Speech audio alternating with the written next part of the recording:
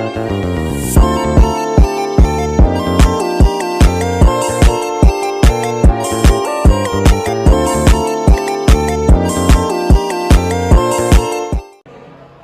warahmatullahi wabarakatuh. Kami dari kelompok 8 Geologi Penginderaan Jauh ingin menyampaikan mempresentasikan materi tentang thermal remote sensing.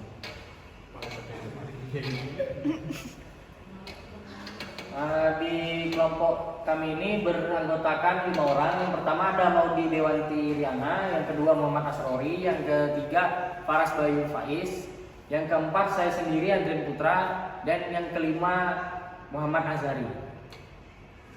Kita masuk ke pengertian thermal remote sensing.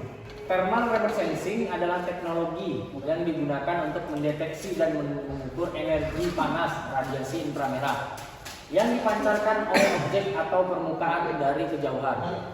Teknologi ini memanfaatkan sensor khusus yang peka terhadap radiasi inframerah untuk mengumpulkan data suhu objek tanpa kontak langsung.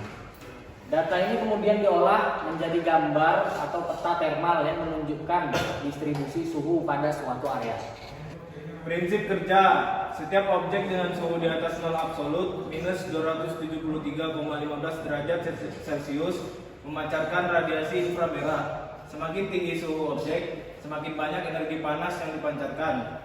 Sensor thermal remote sensing mendeteksi dan mengukur energi ini, yang kemudian dikonversi menjadi data suhu. Data ini kemudian diproses untuk menghasilkan gambar thermal yang menunjukkan variasi suhu pada objek atau area yang diamati.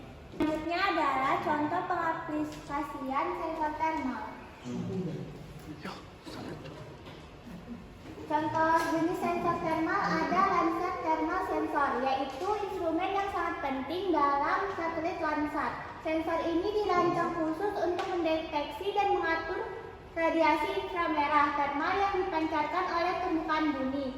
Radiasi inframerah thermal ini berhubungan langsung dengan suhu permukaan suatu objek. Nah, di sini ada contoh-contoh jenis sensor thermal.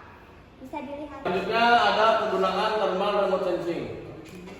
Yang pertama adalah pemantauan lingkungan. Digunakan untuk mendeteksi perubahan suhu permukaan bumi, membantu dalam pemetaan daerah panas, kebakaran hutan, serta monitoring iklim global dan perubahan lingkungan.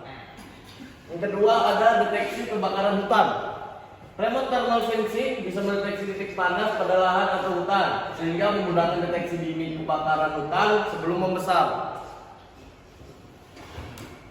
Selanjutnya ada di bidang pertanian, yaitu membantu petani mengawasi suhu tanah dan tanaman, serta mendeteksi area yang mengalami stres karena kekurangan air atau penyakit tanaman. Lalu ada industri. Di sektor energi dan manufaktur digunakan untuk memonitor suhu peralatan agar mencegah kerusakan mesin akibat panas berlebih. Lalu ada kesehatan dan keselamatan. Dapat digunakan untuk mengukur suhu tubuh dari jarak jauh, berguna untuk screening masa selama wabah penyakit atau situasi darurat kesehatan. Di militer dan keamanan digunakan dalam pengawasan dan deteksi musuh atau pergerakan di malam hari atau di kondisi visibilitas rendah. Yang terakhir ada di penelitian vulkanologi, membantu dalam memonitor aktivitas gunung berapi dengan mengamati perubahan suhu di sekitar kawah atau lereng gunung. Selanjutnya manfaat mempelajari thermal remote sensing, yaitu keamanan dan pertahanan, menyediakan informasi tentang aktivitas militer atau kendaraan yang tidak terlihat dalam penginderaan jauh optik, aplikasi medis dan kesehatan, memantau suhu tubuh dan deteksi dini penyakit berdasarkan perubahan suhu. Pemantauan lingkungan, mengidentifikasi perubahan suhu permukaan bumi yang dapat menunjukkan perubahan iklim, deforestasi atau polusi, bencana alam, mendeteksi kebakaran hutan atau aktivitas vulkanik dengan mengamati suhu panas, manajemen sumber daya alam, memantau kesehatan tanaman, kualitas tanah, dan keberadaan sumber daya air, perencanaan dan pengelolaan urban, menilai efek pulau panas, perkotaan, dan membantu perencanaan tata ruang. Mungkin itu dari kelompok kami. Sekian, terima kasih.